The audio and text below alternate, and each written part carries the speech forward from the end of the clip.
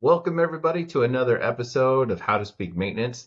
My name is Jason Fein. I'm the VP of Maintenance at Dominium. And with me, as always, is Becca Ramati, who's the Vice President of the Texas Apartment Association Education Foundation. I got it right this time. Hi, Jason. I Good always job. stumble over it. Thank you. Good job. Today, we have a special guest. Our guest is Michael Drake. He is actually joining Dominium tomorrow, so I'm excited about getting him on board. He joined the company. His first day is tomorrow. He's the new regional maintenance manager for the Dallas market. So welcome, Michael. Thank you, Jason.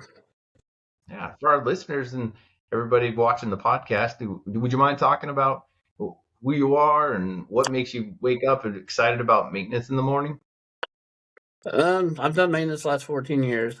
Prior to that, I was 15 years law enforcement.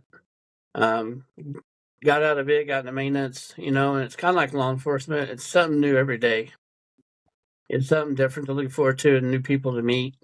So that's my, one of the biggest things I get up for every morning to look at, knowing somebody's life I can make good for that day. They have somewhere to live. Yes, we have some upset, but you can always turn them around and make them, happy with you, or what you can do to help people out each and every day. So that's the reason I do it. Definitely. I think I always say it that our job is really like the lost baggage desk at the airport. People aren't excited about coming to talk to you, but you have the opportunity to change them and help them out and get their baggage or help them fix the leak in their apartment. So I know it's a really weird analogy, but That's awesome. I like that. All right. Well, so I really like today's topic about winter preparedness. There's a cold front coming through Houston right now. It's dipped down. It's a gentle reminder that winter's coming. So, for us, the first sign of cold isn't just the frost on the windows. It's the no heat calls. It's the frozen pipes. It's the snow removal headaches. So we have to make sure that we're ready, and we have to make sure we're doing it as a team. So as we kind of get into the topic, my first question is why winter readiness matters. So to you, what is your why? Why is it important that we're ready and the properties are prepared properly? Well, because a lot of times if these guys aren't ready and they're not prepared, something breaks off, they don't have the parts for it. Now you've got people without heat for numerous days, or you've got slick floors, you've got, concrete frozen over, busted pipes.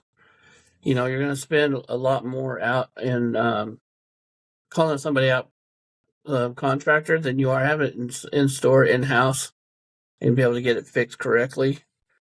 So that's the biggest thing is right there is, do the best you can to try to save money, but also to have your team prepared for winter and to help each other out. Yeah, I mean, winter prep isn't just about preventing the emergency. It's about protecting your asset and reducing expenses and stress when those emergencies inevitably happen too, right? 100%. Now, every hour prep saves multiple hours of chaos. I think that if there's anything I can do in an 8-hour day to make sure that my property is ready, whether that's checking out heaters or making sure that my gutters are clean so they don't freeze over and water goes into the apartments. Is there anything else, prep wise that is off the top of your head that people can do to better prepare their communities? The best thing is for the office to send out emails a lot sooner to the residents going, hey, we have a potential for this in 2 to 3 days instead of the night before. Open your cabinets, turn on your water, make sure you set your heat at this. So that's the biggest thing is try to get it 2 or 3 days ahead of time. Let's say it blows over, cool. No foul, no hurt, no foul. But you wait till the night before and we have a big old blizzard come through or something they weren't expecting, then now we got a lot more issues than what we would have had originally. Right. If you're in a garden style property and you have 20 buildings, you potentially have 20 fire sprinkler closets that have heaters in them. Some of the communities that I've managed in the past, they have 2 per building. So now all of a sudden you have 2 heaters per building and 26 buildings. It's a lot of heaters to check. Right. And you also know once they set them off in the spring, I know they don't get checked till right before the freeze. And then you're looking at a free heater not working. So now you got to try to get one set in, get it installed. So yeah, they need to check them throughout the year. Even when they do, even when fire system comes through and checks it, or just you're walking by a riser room, open it and just check the heater, see if it's working, so for coming up season it's ready. Some of the properties I've seen, they have the water heaters in the outside closets. Have you seen that too? Oh yeah, Yeah. So now you have right. So yeah. you You have got a lot of 26 CPVC heaters. now in that flex line. Yeah. So you have heaters in the closets and the sprinkler closets, and then you have them in the water heater closets in every apartment. So if you have a 400 unit property, you have 400 heaters inside the apartments, and then you potentially have 26 more heaters in the common area spaces. So making time to getting this done, you're not going to be able to accomplish that before a storm comes in. No, a lot of times that's what's sad. They'll tell these guys, our staff and maintenance does a great job, but everybody does get complacent. I do it. I mean, it's just inevitable. They tell them, go check them. Oh, I already did. And then the next day they break, and we're like, I thought you checked it. Oh, well, yeah, kind of, you know. So just being non complacent, is a good thing.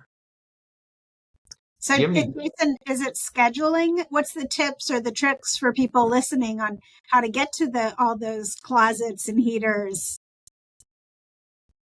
So mine is usually beginning of September, October. I would like to get them started on it. A lot of different properties companies have different heater settings they want for their vacants. Most of ours is 72 or lower, no lower than 60. But usually 72, 75 degrees keeps your heaters on. It's usually a good ratio to be able to open your cabinet doors to keep heat in there and keep them from freezing up.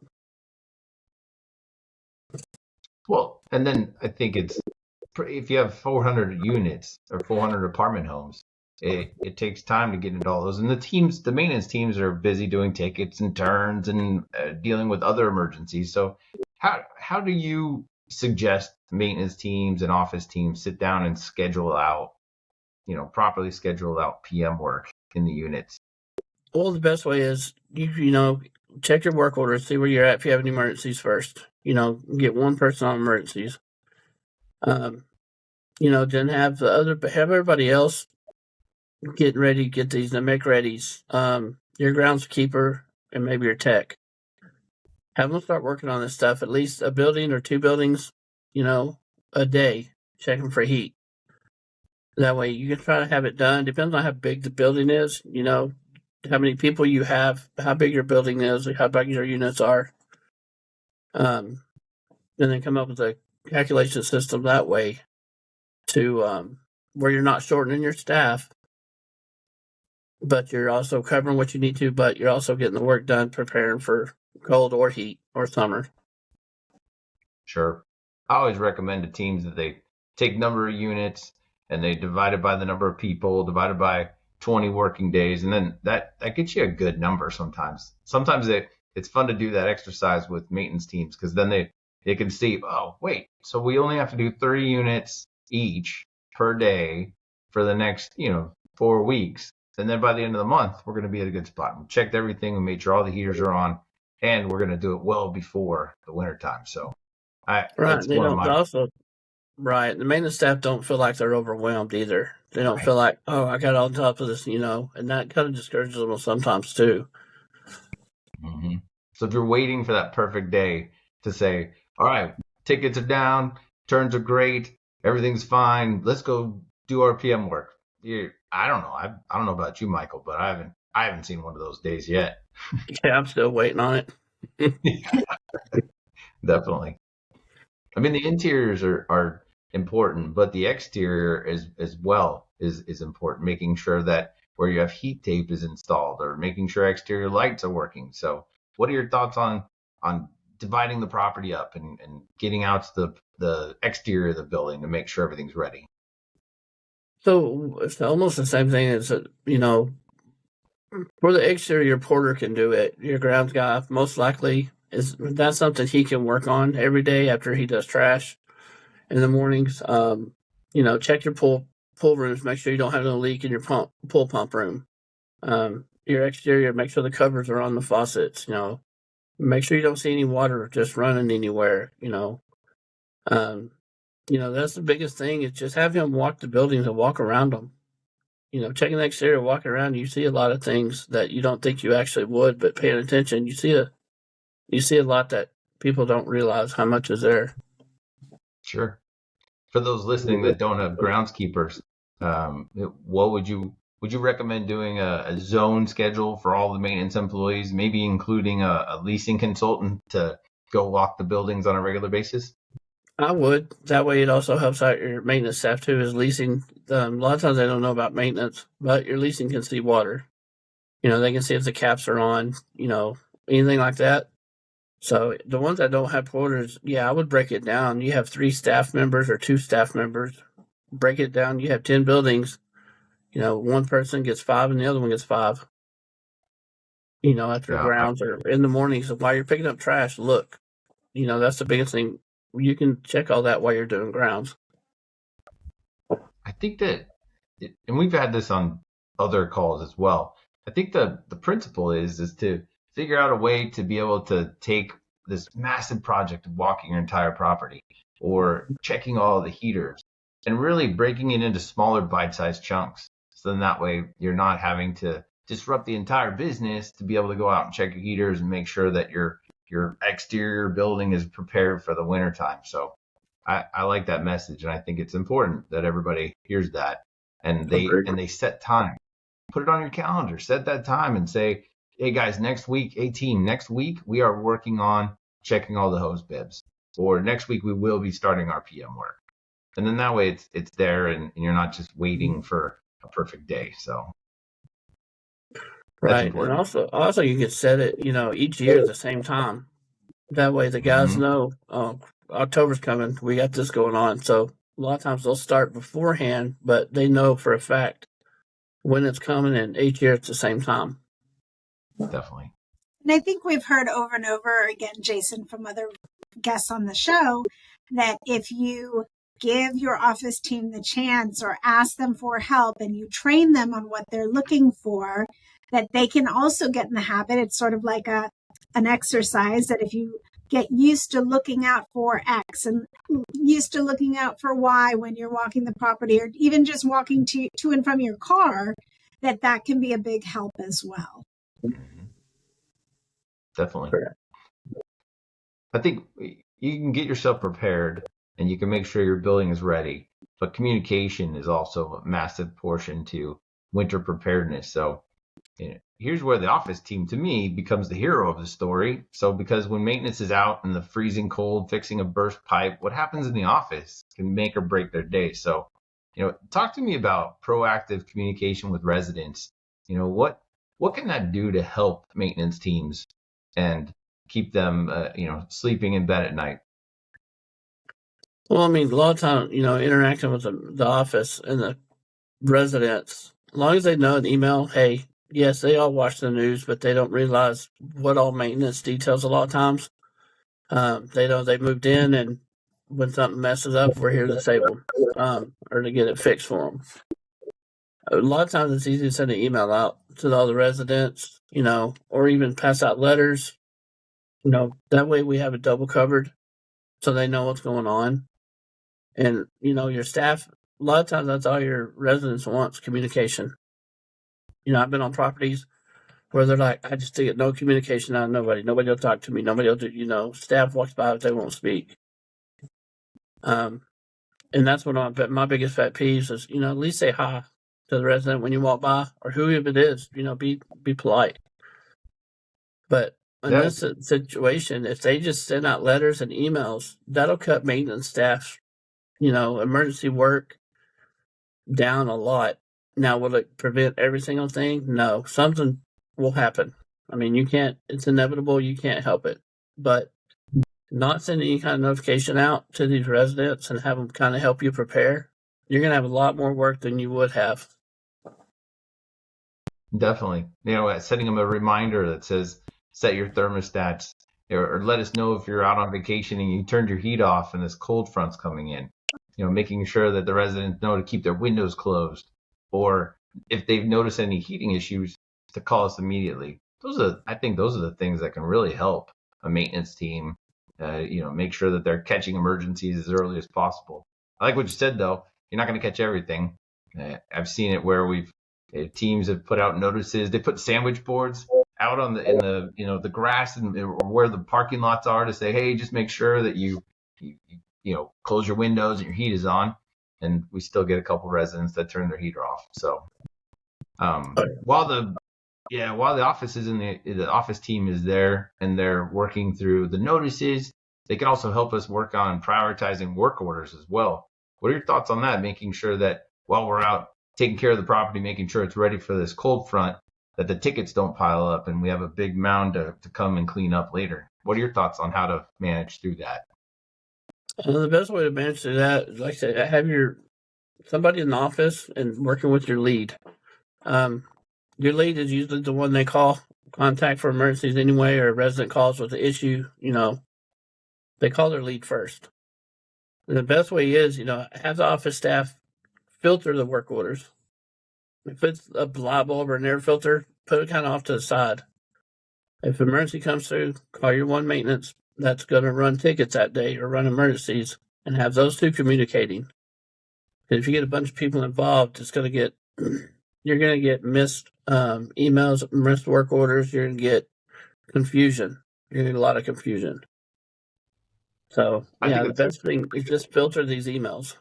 Filter work orders. That's a great idea. Identify one person that's going to run the emergencies.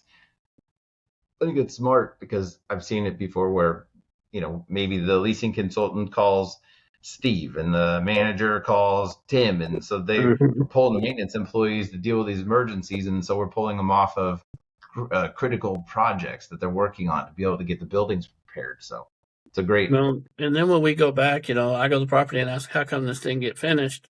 Well, all of us got pulled for whatever reason, and we didn't have time to finish it. Making sure that we recognize our maintenance employees as well. That's important. I mean, they could sit there and spend all this time and take care of all the emergencies, but if we're not recognizing them and making sure they feel appreciated, that can hurt, productivity as well. What are your thoughts on that?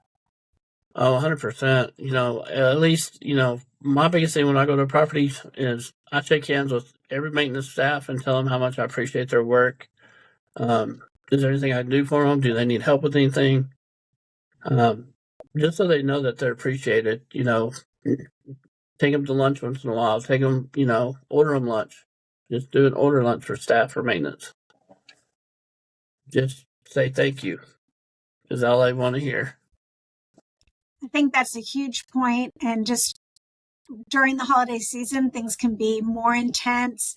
Tempers can flare. People can be, a little bit more on edge. And so that's really the best time to make sure you are saying thank you and recognizing the hard work. And I think that should be all year long, but this is an especially good time to make sure you're aware of that.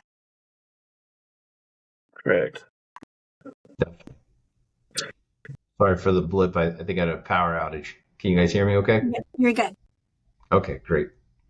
Making sure that we're scheduling for coverage during the holiday as well is important. So what are your thoughts on how to properly plan, for on-call schedules? Well, the biggest thing is you have all these holidays throughout the year. You try to put it where one person's only been on call during the holiday and rotate. You don't want one person been on call for Christmas and Thanksgiving while everybody else has gotten off. So my biggest thing is everybody's wanting off during the holidays. We would love to give it off, but just can't. Everybody can't get off. So for the holidays, I would at least say they need to get a month in advance.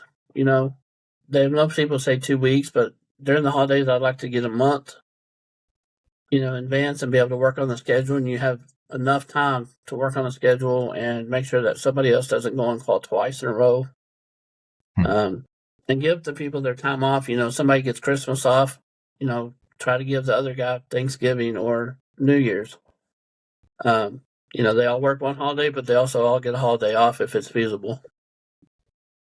Definitely. I think we've had other calls where we talked about the shortage in the maintenance field and a shortage of people wanting to be in the maintenance field. And so it's important to make sure that we're taking care of the people that are working for us currently. And on call is a major pain point. So I'm glad you brought up the fact of taking a look at all the holidays and making sure one person doesn't get stuck with multiple holidays. That's important. So team culture. I mean, so you got the property prepared, you've communicated with the residents, we have the on-call schedule. It feels good. It feels like everything is on the up and up, and we're going to be prepared. But team culture is really important. What sort of things have you seen office teams do to try to help alleviate some of the stress on the maintenance teams and during the holiday seasons, make sure that they can be able to celebrate with their families? Well, a lot of times, I've seen it where maintenance and office don't communicate and what that looks like. And I've also seen it where they do communicate and how they become one big family. A lot of times around the holidays, the office will, close the office down for a few hours and make a big lunch or a big meal, and everybody will sit in and eat, in appreciation for staff in the office or, maintenance. How I see it, I don't see maintenance in office or maintenance and office staff. I see a family. That's important. Everybody's got to work together to make a property run. It can't run with maintenance by itself, and it can't run with the office by itself. Good point. The managers also need to appreciate their maintenance and their leasing and let them know. They don't have to let them know every day, but at least let them know once in a while, hey, great job. They just need to come together and do a meal together or something together as a team. Yeah. Now, this call is a lot of, it's near and dear to my heart. I've been in snowstorms, I've been in ice storms, and I've seen where office teams, they can maybe take the easier tickets and they say, you know what, you guys still go out and take care of the residents, make sure there's no slips and trip issues, make sure that the property's ready, that the salt is down, make sure that the heaters are on, and you know what, I can take care of this light bulb. Or maybe I'll go bring a plunger to a resident, right? Maybe I can take care of some of these easy ones, or I can be the one to go hand out notices. I know that sometimes maintenance employees or porters are used to hand out notices to residents, but when an office employee can be able to kind of put a coat on and go out in the field and help assist with some of these mundane tasks, then we can be able to show that we're all one team. So, I think maintenance sees that too. That maintenance very well sees it, and they appreciate it. Trust me. Definitely. Well, I think that every time I have a guest on the call, I always like to ask, what interests you about the property management and maintenance field, and what sort of suggestions or tips can you give to people that are getting into the field? What I like about this, like I said earlier, it's something different every day. It kind of, I know maintenance staff on site feels like it's the same thing every day. Work orders, make readies, but it's also you getting to meet new people. You have a way to grow up with this kind of company or with this kind of doing maintenance. I started as a porter 14 years ago, and now I'm a regional. It took a lot of hard work, and dedication, but my eyes are way above regional, and it can happen for anybody. A lot of these jobs, you go a certain height, and that's all you can go. You're not willing to train you or teach you. I'm willing to train and teach these guys to take my spot, one day. So that's the biggest thing for me, and the enjoyment is seeing the maintenance staff grow, become a porter all the way to a lead, and stick with it. To me, it's just not a paycheck. It's a family, it's a career. So my thing with people starting into this maintenance is, I know it seems bad starting on the bottom as a porter, but work it, do what you need to do, pay attention, learn with anytime anybody tries to help you, and one day you'll be where we are. That's great. That's wonderful. Jason, it seems like you've got a great new hire there. I'm excited to get him on board tomorrow. I'm ready. Well, Becca, yeah. And Becca, is there any questions or anything in the chat? No, we're good today. Nice. Well, before we close up, Becca, do you want to talk about any programs or reward programs that you guys are rolling out or that are active right now? Yeah. Wanted to make sure that everyone knows about the TAA Professional and Affordable Housing Awards. If you go to TAA's website under the Connect section, you can learn all about the different awards that are available. There's the Maintenance Professional of the Year, Manager of the Year, Assistant Manager of the Year, so much more. This is a great way to be recognized for your work, a great way to recognize a team member's work. The nomination submission deadline is November 14th, and the application completion deadline is November 23rd. I'm not sure the difference between those two, but it's on the website. So go check it out at taa.org in the Connect section. Great.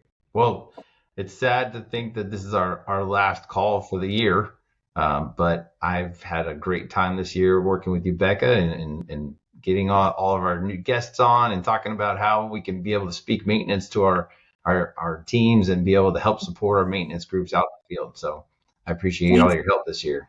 Thanks, Jason. And because our, speaking of the holidays, because our normally scheduled times line up perfectly with Thanksgiving and Christmas, exactly almost, this is going to be our last show of the year, but we'll be back in January with a whole new slate of guests and topics to talk about. But if there's anything you think we haven't talked about that we should be talking about, please list it in the comments or reach out to me at becca@taa.org. Michael, thank you. And Jason, thanks as always for everything. Yeah. Thanks, everybody. Thank y'all.